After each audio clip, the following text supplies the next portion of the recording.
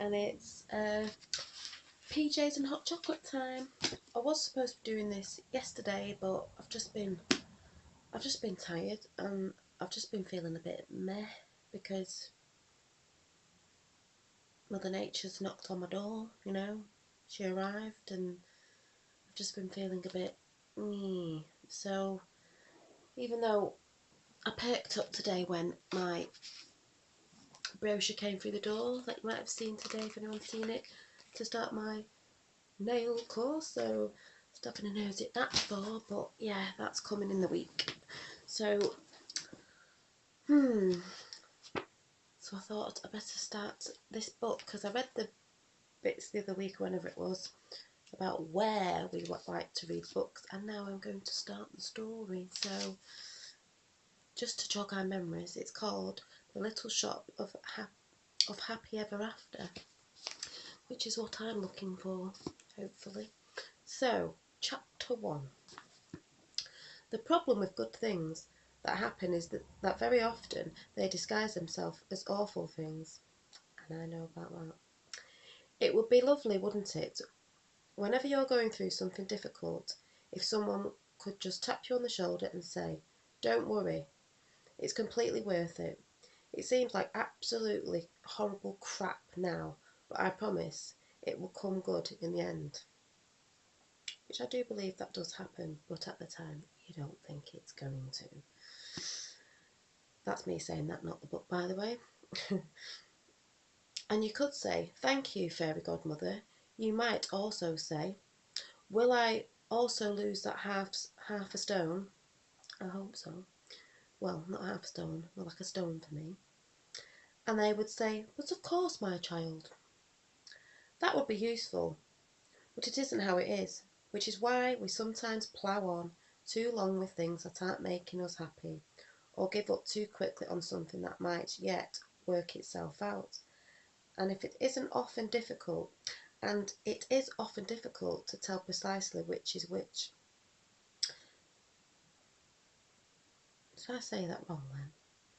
And it is often difficult to tell precisely which is which. A life lived forwards can be a really irritating thing, so Nina thought, at any rate,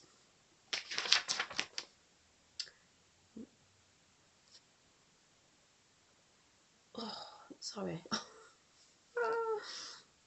a bit of a pain there then, sorry.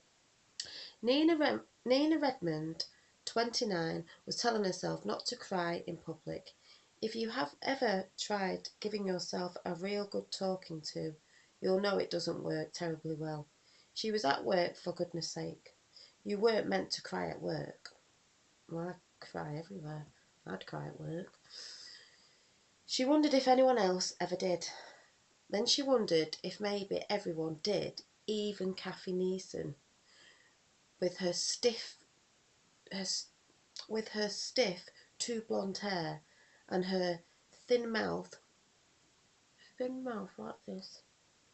Uh, her thin mouth and her spreadsheets, who was right at this moment standing in a corner watching the room with folded arms and a grim expression, after delivering to the small team Nina was a member of a speech filled with jargon about how there were cutbacks all over and Birmingham couldn't afford to maintain all its libraries, and was something that they'd just have to get used to. Nina, oh sorry, I've got an itch. Nina reckoned probably not. Some people just didn't have a tear in them. Yeah, I know some people like that. You just don't think they've got water inside them. If you wrung them out, I don't think anything would come out of them. Or if you rang me out, it'd be like the ocean. The ocean with fish in it and everything. What Nina didn't know was that Kathy Neeson cried on the way to work, on the way home from work, post 8 o'clock most nights, every time she made somebody redundant, every time she was asked to shave another few percent off an already skeleton budget, every time she was overloaded Soylent overloaded. Every time she was ordered to produce some new quality, relevant paperwork, and every time her boss dumped a load of admin on her at 4 o'clock on a Friday afternoon on his way to a skiing holiday, of which he took many. And that's the thing sometimes, because sometimes you might know some people that seem quite hard-faced, and you probably think, like she just said, she probably doesn't cry. But it's one of them things again, isn't it? Behind closed doors, you don't know how someone's feeling. Some people act quite tough, but they're not really, but they don't want people to see that, you know, they have the weaknesses too, because everybody does somewhere. Whereas me, you just say it all the time, because, you know, you only need to say boo and I'll be crying, but you think some people, don't feel emotion, and they do. It's just that you don't see it. Eventually, she ditched the entire thing and went and worked in the National Trust gift shop for a fifth of the salary and half the hours and none of the tears. But this story is not about Kathy Neeson. It was just Nina. It was just Nina Thorpe trying to squash down the lump in her throat. It was just that they had been such a little library. And that's another thing as well, just going back to Kathy Neeson.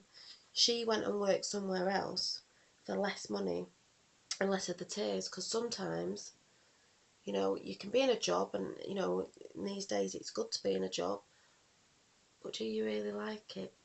It's really hard being in a job when you don't like it, because I was with the childminder, and I don't mean, or even at the nursery, I don't mean I was all the time. There just came a point, because I've been doing it for years, and I think, I did enjoy it, but because I've been doing it for years, and I think always at the back of my mind, I always wanted to do beauty and stuff, the thing that I used to want to do when I was younger, when you're at school and you're like, oh, but then you don't end up doing that sometimes. But it got to the point where, like, if a job's sending you on courses, because even with childcare, these days you do a lot more things than we probably did years ago, courses for this, courses for that, and everything's courses for safeguarding, courses for this, courses for that. You have to go on them. It got to the point where I was getting sent on courses, and I just kept thinking, I don't want to go on these courses, because I'm not actually interested anymore in what I'm doing. And I just feel like, I'm not enjoying it anymore. I don't want to go on these courses to learn about new stuff that I'm not interested in anymore. So that's why it is funny how things happen. And I do think things happen for a reason, because when I got made redundant, I went on a course to do childminding, because even though I knew most of the stuff that you do in childminding now, because it's not just you watching kids, you have to do all the learning steps and journeys and things, and if you don't know about that, I'm not going through it, but I still had to go on a course to redo that. And then it's like I did that for like 4 years, and then, like, if you've heard me say before, gradually those kids went to school, and I had Finn, which I didn't think I'd end up having at my age. And it's weird, like, and they split up with dad and stuff, but it's weird because how it's worked out is that the kids went to school, I've had Finn, I lost my job because the kids went to school, sort of thing, and I did, and then it gave me the chance to not take any more children on, because, well, I didn't have anyone anyway, but I've never had to advertise, because it's been people I know, and kids from the nursery, a few kids from the nursery when I left the nursery came to me, because he liked me and stuff, and, I knew the kids, and then it was just word of mouth really, which was good, but I didn't advertise sort of on purpose, and I didn't have anyone coming, so it's like I finished my work, but now I've had a little bit of time with Finn, because when Tyler was born, I went straight back to work when Tyler was 2 months old, and he came with me, and with Finn I had him and went straight back to work with the kids till they left. I went back to work when Finn was 6 weeks old. So now I'm enjoying having time with Finn, but it's given me the opportunity to really think about what I want to do. I don't just want to go, I'm going back to work, but doing a job that I really don't love, and I don't want to do. I want to be passionate about something and do something that I feel when I'm in my job that it doesn't feel like a job in a way, because I love doing it. The worst thing you do is be in a job that you hate, and you hate getting out of bed. you don't have to hate it, but I mean, you're not enjoying it. You don't think, oh, in the morning. I mean, I know a lot of people don't have jobs like that, but you can change it if you want to. Even if you're in a job and you're sort of looking at other things, you could do courses online while you're still working in your job, just to get that, and then maybe over time you could leave work and go into another job. There are things you can do if you take the opportunity and start moving things to where you could do that, or learning, doing evening courses, anything, depending on what your situation is. But my situation is I've sort of got the opportunity now, because my course will be online, and I've said in other posts I did a few courses at weekends, when Finn was a baby, and I've done them, and this is the last one, is the nail one. So I've got the opportunity while I'm not working at the minute to, because it's an online course, I can do it at home when Finn's in bed. So I am moving towards something that I do want to do. So you can change it if you want to, but it's like in this book, she went somewhere that was less money, but she had less tears, because sometimes you could be in a job that's really, really paid well, but you're not happy, and you could drop a little, you could drop a bit where you might not be getting as much money, but you're happier, if you know what I mean. So I'll carry on, because I'm waffling again. So anyway, well, yeah, so it was just that there had been such a little library. Children's story time Tuesday and Thursday mornings. Early closing Wednesday afternoon. A shabby old-fashioned building with a tatty aluminum floors. Aluminum? Wow, well, I'm saying aluminum. Blah, blah, blah. A little musty sometimes, it was true. The big dripping radiator could take a while to get going in a morning, and then would become instantly too warm. With a bit of fog. What's fog? With a bit of fog. It does say fog. With a bit of fog, particularly off an old Charlie Evans, who came in to keep warm and read the Morning Star cover to cover very slowly. She wondered where the Charlie Evansness of the world would go now, when the library closes down. Kathy Neeson had explained that they were going to compress the library services into the centre of town, where they could become a hub with a multimedia experience zone, with a coffee shop and an intersensory experience. Whatever there was, even my thing's gone off. Whatever that was, even through the town, was at least 2 bus trips too far for most of their elderly or buggied up clientele. That'd be me. Their lovely tatty old pitched roof premises were being sold off to, I don't know, I'm not sat in dim lighting, I can't even see. We're being sold off to become exclusive. I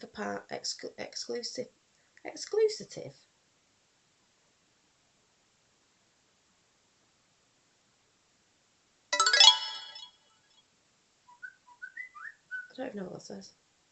Anyway, become apartments. I am rubbish.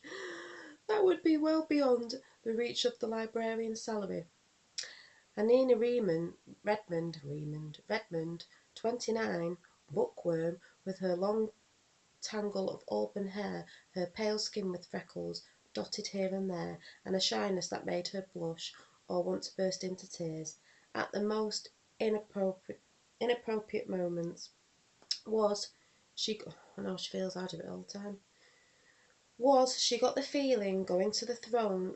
She got the feeling going to the throne. I need to go to sleep. Going to be thrown out into the cold winds of a world that was getting a lot of unemployed librarians on the market at the same time. So, Kathy Neeson had concluded, "You can pretty much get started on packing up the books right away," she said. Books like it was a word she found distasteful in her shiny new vision of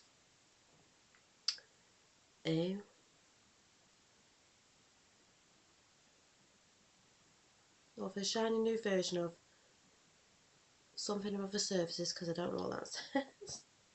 All those grubby, awkward books. I'm really crap. I don't even know why I'm doing this. Nina dragged herself into the back room with a heavy heart and a slightly redness. I think I need glasses. A slightly redness around her eyes. Fortunately, everyone else looked more or less the same way.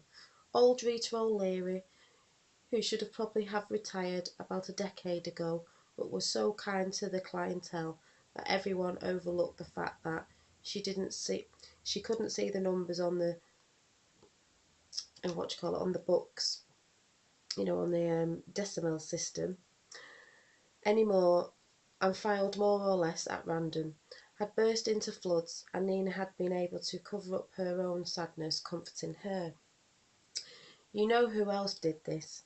Hissed her colleague Griffin through his scraggly beard. Through his scraggly beard. Oh, has she met? Oh, scraggly beard. I thought it meant a woman. Scraggly beard. As she made her way through, Griffin was casting a wary look at Kathy Neeson, still out in the main area, as he spoke. The Nazis. They packed all the books and threw them out onto bonfires. They're not throwing them onto bonfires, said Nina. They're not actually Nazis. That's what everyone thinks. Then before you know it, you've got Nazis. Suppose I didn't say what they call them things called. Mosquitoes. Nazis. I don't know what I'm talking about now. Shut up, Jane. With breathtaking speed, there had been a sale of sorts, which most of their clientele leafing through old familiar favourites in a 10p box and leaving the shinier new stock behind. Now, as the days went on, they were meant to be packing up for the rest of the books to ship them to the Central Library, but Griffin's normal sullen face was looking even darker than usual. He had a long, unpleasantly scrawny beard and a scornful attitude towards people that didn't read the books he liked. Get people like that. They like something, you don't like it, they don't like it. As the only books he liked were obscure 1950s out-of-print stories about frustrated young men who drank too much, that gave him a lot of time to hone his attitude. He was still talking about book burners. They won't get burned. They'll all go to the big place in the town. Nina couldn't bring herself to even say, I don't even know what it says, the other library. Griffin sorted. Have you seen the plans? Coffee, computers, DVDs, plants, admin, offices, and people doing cost-benefit I can't even say it. Analysis. How do you say it? Cost-benefit analyze. Oh my God. Someone please comment on here. Cost-benefit not analysation. Anyway. And harassing the unemployed. Sorry, running mindfulness workshops. There isn't room for a book in the whole darn place. He gestured at the dozens of boxes. This will be landfill. They'll use it to make roads. They won't. They will. That's what they do with dead books. Didn't you know? Turn them into underlay for roads. So great big cars roll over the top of centuries of thoughts and ideas and scholarships. And here we go with another one. And metaphorically stamping a love of learning into the dust with their stupid big tyres and blustering top gear idiot killing the planet. You're not in the best of moods this morning, are you, Griffin? Could you two hurry up? Could you two hurry it along a bit more over there? Said Kathy Neeson.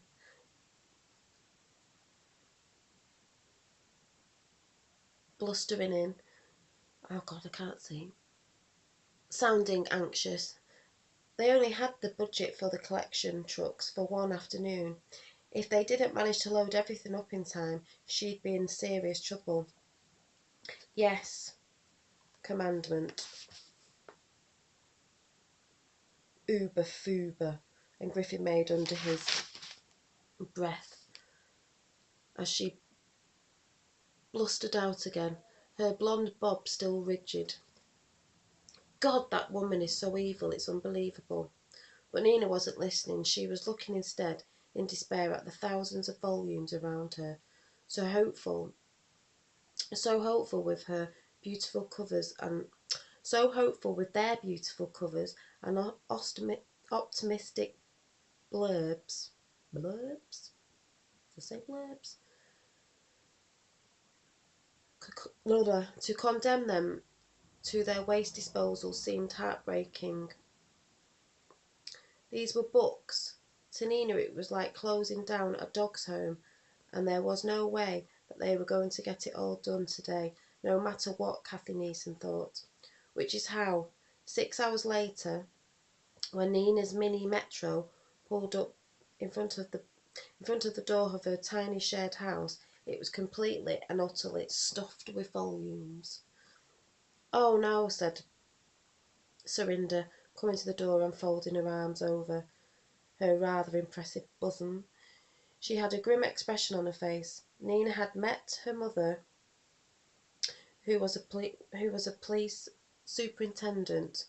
Surinder had inherited the expression she's used to on... Oh, God, I'm just making no sense now. Surinder had inherited the expression. She used it on Nina quite a lot. "You're not bringing them in here." "Absolutely not. It's just, I mean, they're in perfect condition." "It's not that," said Surinder. "And don't give me that look like I'm turning away orphans." "Well, in a way," said Nina, trying not to look too pleading. "The Joyce of the house won't take it, Nina. I've told you before." Nina and Surinder had shared the tiny terrace house very happily for 4 years. Ever since Nina had arrived in Edgbaston? I will check that. Edgbaston? By way of Chester? Edgbaston. Oh, I think I'm saying that wrong. They haven't known each other. They hadn't known each other beforehand, and had thus been in the happy position of being able to become housemate friends, rather than friends who moved in together and then fell out. Nina lived in some worry about Surinder finding a serious boyfriend. Sounds like me.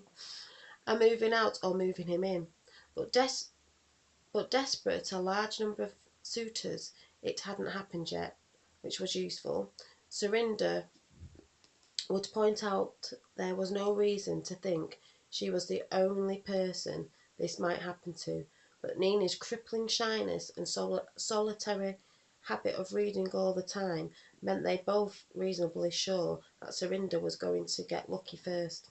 Nina had always been the quiet one, on the sidelines, observing things through the medium of the novels she loved to read. Plus, she thought after another awkward evening chatting to the clumsy friend of Surinder's latest